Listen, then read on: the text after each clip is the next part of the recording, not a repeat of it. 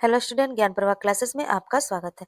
आज हम विश्व के भूगोल का एक नए टॉपिक के साथ उपस्थित हुए हैं। इसके पहले हमने पॉलिटी और हिस्ट्री के तीनों भाग, प्राचीन भारत, मध्यकालीन भारत और आधुनिक भारत का शॉर्ट नोट सीरीज का फुल वीडियो अपने चैनल पर अपलोड कर दिया है। अगर आप लोग उसे देखना चाहते हैं तो हमारे चैनल पर जाके प्ले लिस्ट में उसे देख सकते हैं।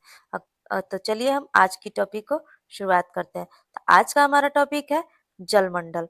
अगर आप लोगों को मेरा वीडियो अच्छा लगे तो वीडियो को लाइक कर दीजिएगा, चैनल को ज्वाइन कर लीजिएगा और बेल आइकन बटन दबा दीजिएगा कि हमारे आने वाले नेक्स्ट वीडियो का नोटिफिकेशन आप तक पहुंच सके। तो चलिए हम आज की टॉपिक की शुरुआत करते हैं। आज का हमारा टॉपिक है जलमंडल। जलमंडल पहला हमारा है जलमंडल, दूसरा हमारा महासागरीय नीतल ऊंचवाच, तीसरा हमारा है महासागरीय जल का तापमान एवं वितरण, चौथा हमारा है महासागरीय लवणता एवं वितरण, पांचवा हमारा है महासागरीय जल संचलन, छठा हमारा प्रवाल तथा प्रवाल भित्ति के प्रकार, सातवां हमारा एल नीनो ला नीना, आठवां हमारा 5 महासागर एवं विशेषताएं, नौवां हमारा विश्व की प्रमुख जल संधियां। जलमंडल, इसका परिचय, महासागरीय नीतल ऊंचवाच के प्रकार, विभिन्न 5 महासागर तथा विशेषताएं, महासागरीय जल संचलन, जलधाराएं के प्रकार, जल परिसंचरण, महासागरीय तापमान, महासागरीय की लवणता वितरण, ऊर्ध्वाधर, क्षैतिज और अन्य। पृथ्वी पर जल 97% जल महासागर में खारा जल है, पीने योग्य नहीं है। सोडियम क्लोराइड की मात्रा ज्यादा है, इसके बाद मैग्नीशियम क्लोराइड है। 3% जल पीने योग्य है, स्रोत इसका हिम है। भौम जल, झील, नदियां आदि। अब हम पढ़ते हैं जलीय चक्र के बारे में। पानी का एक रूप से दूसरे रूप में बदलना यह एक सतह एवं चक्रीय प्रक्रिया है, जिसमें जल का परिवर्तन होता है। वाष्पीकरण, संघनन, वर्षा, अपवाह, भूमिगत जल और वाष्प उत्सर्जन। यह एक नवीनकरणीय संसाधन है जो जैवमंडल का महत्वपूर्ण घटक है। जल स्रोत भंडार का क्रम, महासागर, हिमानिया, भूमिगत जल, झीलें, मृदा में नमी, वायुमंडल में नमी, नदियां, जैवमंडलीय जल। इसका परिचय हम जानते हैं। पृथ्वी के 70.8% भाग पर जल और 29.2% भाग पर स्थल है, अर्थात ग्लोब के लगभग 3/4 भाग पर जलमंडल का विस्तार पाया जाता है। पृथ्वी पर जल की उपस्थिति के कारण इसे नीला ग्रह कहा जाता है। उत्तरी गोलार्ध में स्थल और जल का प्रतिशत क्रमशः 61 और 39 है, जबकि दक्षिण गोलार्ध में यह 19 और 81% है। हम पढ़ते हैं ऊंचामितीय वक्र के बारे में। स्थल की ऊंचाई तथा महासागरों की गहराई को इसके द्वारा मापा जाता है। इसी आधार पर महासागरीय नितल के उच्चवाच को विभाजित किया जाता है। पृथ्वी पर उपस्थिति जल की कुल मात्रा का 97.5% जल महासागर में है, जो खारा है। जल राशि का मात्रा 2.5%, बाकी स्वच्छ जल मीठा जल है। महासागरों की औसत गहराई 3800 मीटर तथा स्थल की औसत ऊंचाई 840 मीटर होती है। विश्व की सबसे बड़ी तटीय में सीमा वाले देश घटते क्रम में हमारा कनाडा, इंडोनेशिया, ग्रीनलैंड, रूस, Philippines, Japan, Australia, Norway, USA और न्यूजीलैंड है। अब हम पढ़ते हैं महासागरों का क्षेत्रफल तथा आयतन। महासागर का हमारा है प्रशांत महासागर, इसका क्षेत्रफल है 16,52,46,200 वर्ग किलोमीटर। इसका आयतन है 70,75,55,000 घन किलोमीटर। अटलांटिक महासागर 8,24,41,500 वर्ग मीटर इसका क्षेत्रफल है। इसका आयतन है 32,36,13,300 घन किलोमीटर। हिंद महासागर, इसका क्षेत्रफल है हमारा 7,34,42,700 वर्ग किलोमीटर। इसका आयतन है 39,10,30,000। आर्कटिक महासागर 1,40,90,100 वर्ग किलोमीटर। इसका आयतन है हमारा 1,59,80,000 घन किलोमीटर। महासागर, अब हम पढ़ते हैं महासागर के बारे में। जलमंडल का वह बड़ा भाग जिसका कोई निश्चित सीमा ना हो, महासागर कहलाता है। महासागरीय जल की 3 प्रमुख गतिविधियां लहरें, ज्वार और समुद्री धाराएं हैं। आकार के अनुसार 5 प्रमुख महासागर का क्रम है: प्रशांत महासागर, अटलांटिक महासागर, हिंद महासागर, दक्षिण महासागर या अंटार्कटिका महासागर या आर्कटिक महासागर। अब हम पढ़ते हैं समुद्र के बारे में। जलमंडल का वह भाग जो 3 तरह से जल से घिरा हो और एक तरह महासागर से मिला हो, समुद्र कहलाता है। इसका उदाहरण है अरब सागर, लाल सागर, भूमध्य सागर और कैस्पियन सागर। अब हम पढ़ते हैं खाड़ी के बारे में। समुद्र का स्थलीय भाग में प्रवेश कर जाने पर जो जल का क्षेत्र बनता है उसे खाड़ी कहते हैं। इसका उदाहरण है मेक्सिको की खाड़ी और फारस की खाड़ी। बाय खाड़ी, इसका दो किनारा स्थल से घिरा होता है। यह दूसरी तरफ का मुहान समुद्र से मिला होता है। यह गल्फ से थोड़ा छोटा होता है। इसका उदाहरण है बंगाल की खाड़ी, हडसन की खाड़ी जो कनाडा में है, खंभात की खाड़ी आदि। नोट में हम पढ़ते हैं, पहला हमारा है समांतर महासागरीय जल का तापमान लगभग 5 डिग्री सेल्सियस से 33 डिग्री के बीच रहता है। दूसरा में हमारा है उत्तरी गोलार्ध में दक्षिण गोलार्ध की तुलना में तापांतर अधिक होता है। उत्तरी गोलार्ध में दक्षिण गोलार्ध की अपेक्षा अधिक भूमि क्षेत्र पाया जाता है। अब हम पढ़ते हैं विन्ध्याकारी भौगोलिक। इसकी प्रक्रिया है तथा यह प्लेट विवर्तन, ज्वालामुखी क्रिया, अपवर्तन तथा निक्षेपण आदि के द्वारा हुई है।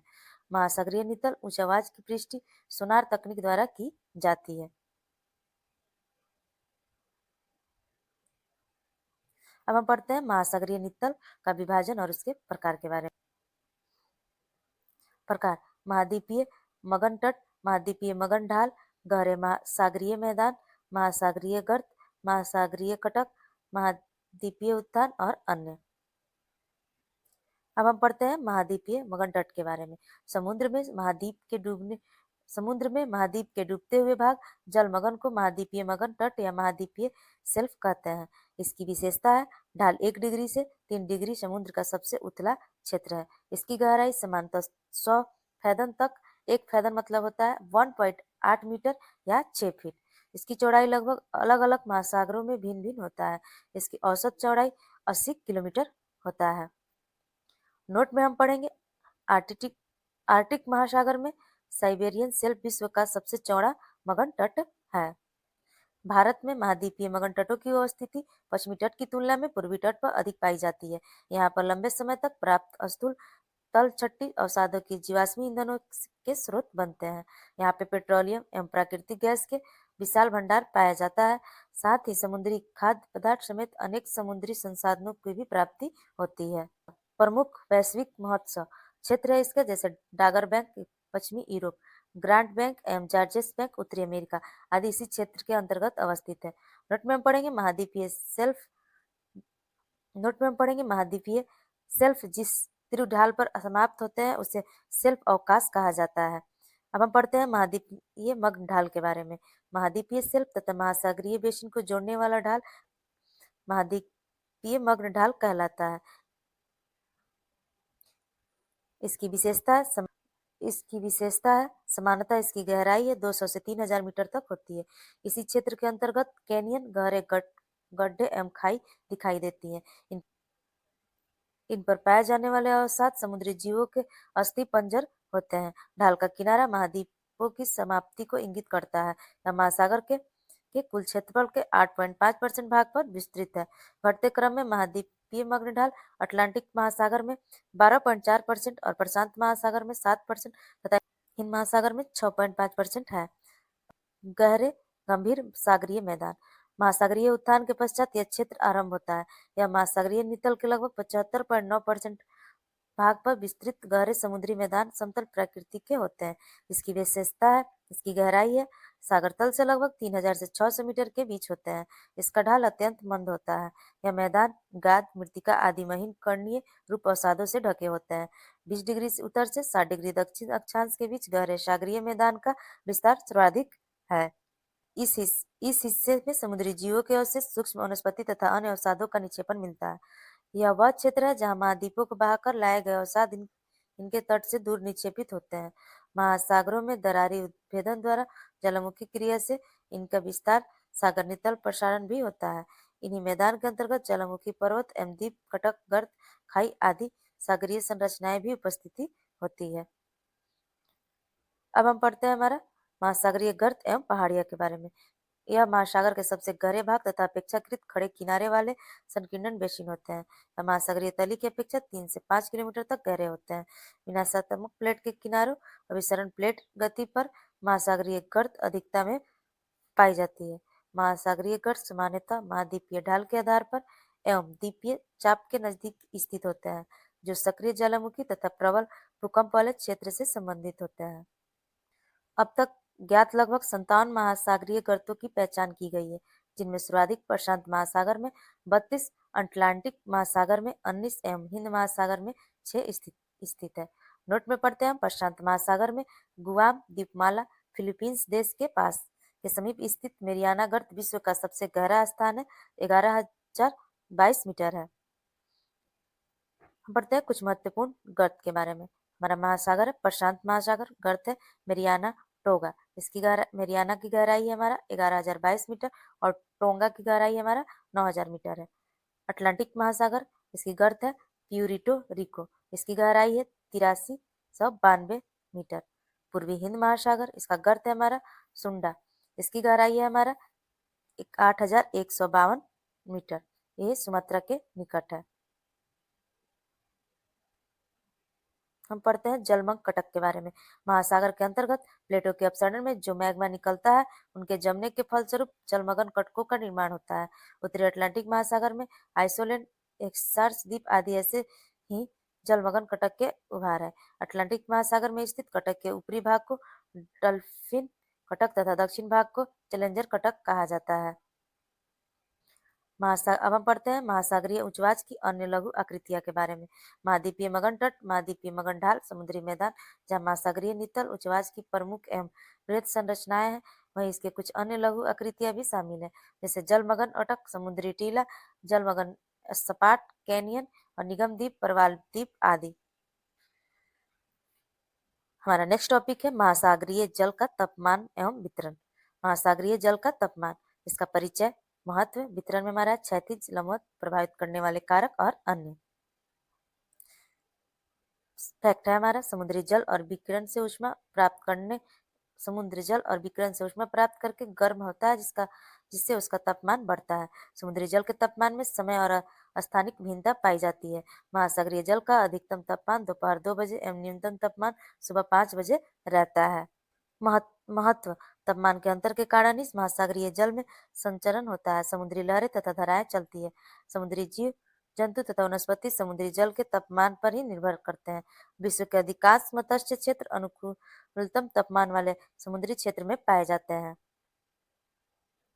अब हम पढ़ते हैं महासागरीय जल के तापमान को प्रभावित करने वाले कारक के बारे में। हमारा कारक है, इसका हमारा अक्षांश है, अक्षांश, लवणता, महासागरीय धाराएं, स्थल जल का असमान वितरण, स्नाती पवन या प्रचलित पवन है, सागर की स्थिति और आकार। पहला हमारा अक्षांश है, भूमध्य रेखा से ध्रुव की ओर जाने पर सूर्य की किरणें तिरछी होती जाती है, जिससे सूर्यताप की मात्रा भी घटती जाती है। परिणाम स्वरूप भूमध्य रेखा से ध्रुव की ओर तापमान में कमी हो जाता है। ध्रुव की ओर सूर्य की किरणें तिरछी पड़ने के कारण तथा वायुमंडल में अधिक दूरी तय करने के कारण सूर्य ताप अधिक अवशोषित हो जाती है। अपेक्षाकृत यहाँ तापमान कम होता है। भूमध्य रेखा पर उसके निकट सूर्य का प्रकाश पृथ्वी पर लंबवत कोण पर पड़ने के कारण यहाँ प्रति इकाई क्षेत्र में अधिक ऊष्मा और प्रकाश प्राप्त होता है तथा तापमान ज्यादा पाया जाता है।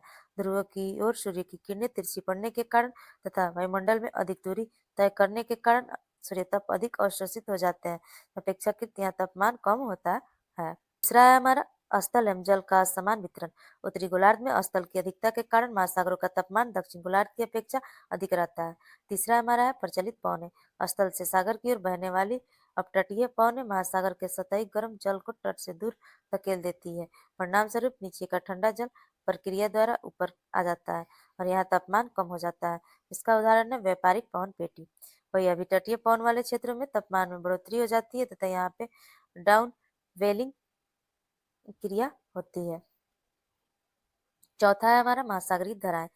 गर्म महासागरीय धाराएं प्रभावित क्षेत्रों में तापमान बढ़ा देती है, वही ठंडी धाराएं प्रभावित क्षेत्रों में तापमान में कमी कर देती है। इसका उदाहरण है गल्फ स्ट्रीम गर्म, लेबोड्रो ठंडी। पांचवा हमारा सागर की स्थिति और आकार। निम्न अक्षांशों में स्थिति बंद सागर स्थल से धीरे का तापमान खुले सागर की अपेक्षा अधिक होता है। इसका उदाहरण है भूमध्य सागर का तापमान कैलिफोर्निया की खाड़ी के तापमान से अधिक है। छठा है हमारा लवणता। अधिक लवणता वाला जल अधिक ऊष्मा को ग्रहण कर सकता है तथा कम लवणता वाले क्षेत्र में जल का तापमान कम होता है। महासागरीय जल तापमान का ऊर्ध्वाधर वितरण। समुद्र की गहराई में वृद्धि के साथ तापमान में कमी आती है और सूर्य की किरणें आंतरिक जलीय भाग में 200 मीटर गहराई तक की प्रवेश कर पाती है। 3 परतों में वर्गीकरण।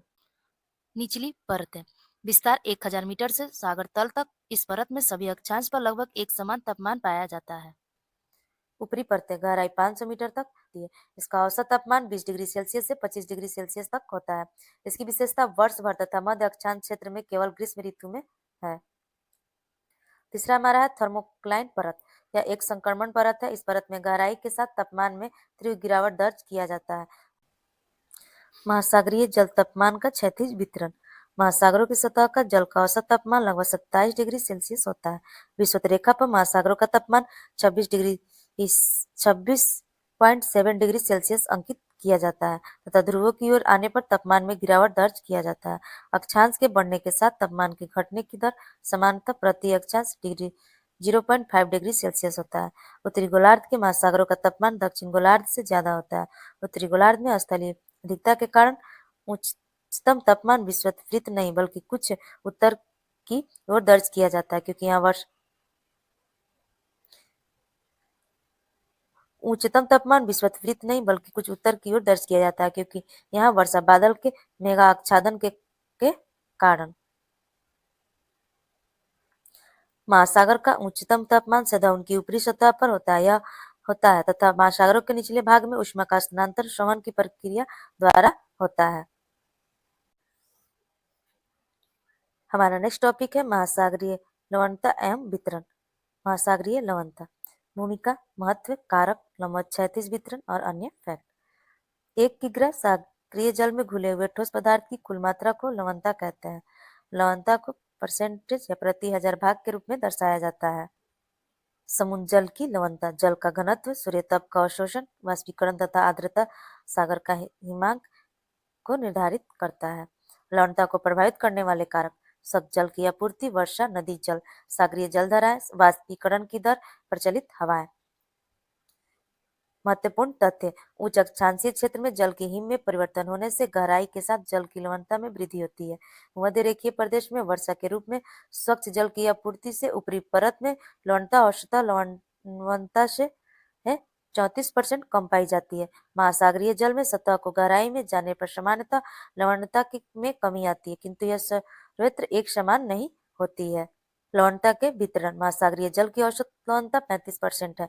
बंद एवं खुले सागरों में भी लवणता में अंतर पाया जाता है। खुले सागर की लवणता। कर्क और मकर रेखा के पास लवणता की मात्रा सबसे अधिक है। कारण है वर्षा की मात्रा का वाष्पीकरण की दर को कम होना। विषुवत रेखा के निकट लवणता कम। इसका कारण अत्यधिक वर्षा तथा नदियों द्वारा स्वच्छ जल की आपूर्ति। लवणता हमारा होता है 34 से 35%। ध्रुव के पास लवणता में अत्यंत कमी। इसका कारण है हिम पिघलने के स्वच्छ जल प्राप्ति। लवणता इसका 20 से 30%। आंशिक रूप में घिरे समुद्रों की लवणता। स्थल में घिरे क्षेत्रों में ताप वाष्पीकरण दर ज्यादा होने से लवणता प्रभावित होती है। पृथ्वी पर सर्वाधिक लवणता सागर एवं झीलों में पाई जाती है। इसका उदाहरण है वान झील तुर्की 330%, मृत सागर जडेन 240%, ग्रेट सार्क झील यूएसए 220%।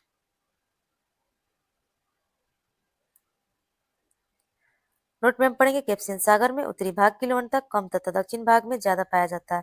इसका कारण है उत्तर भाग में वेलगा तथा यूराल में नदियों का मुहाने का पाया जाता। नेक्स्ट टॉपिक है हमारा सागरीय जल संचलन। सागरीय जल संचलन। तरंग तथा तरंग बनने का कारण।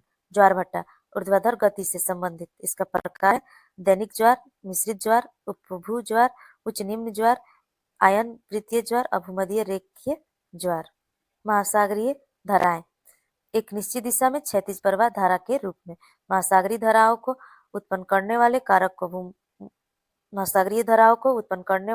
को मुख्य रूप से 2 वर्गों में विभाजित किया जाता है। इससे हमारा पहला है महासागरीय धाराओं के उत्पन्न करने वाले कारक। दूसरा हमारा महासागरीय धाराओं की दिशा को प्रभावित करने वाले कारक।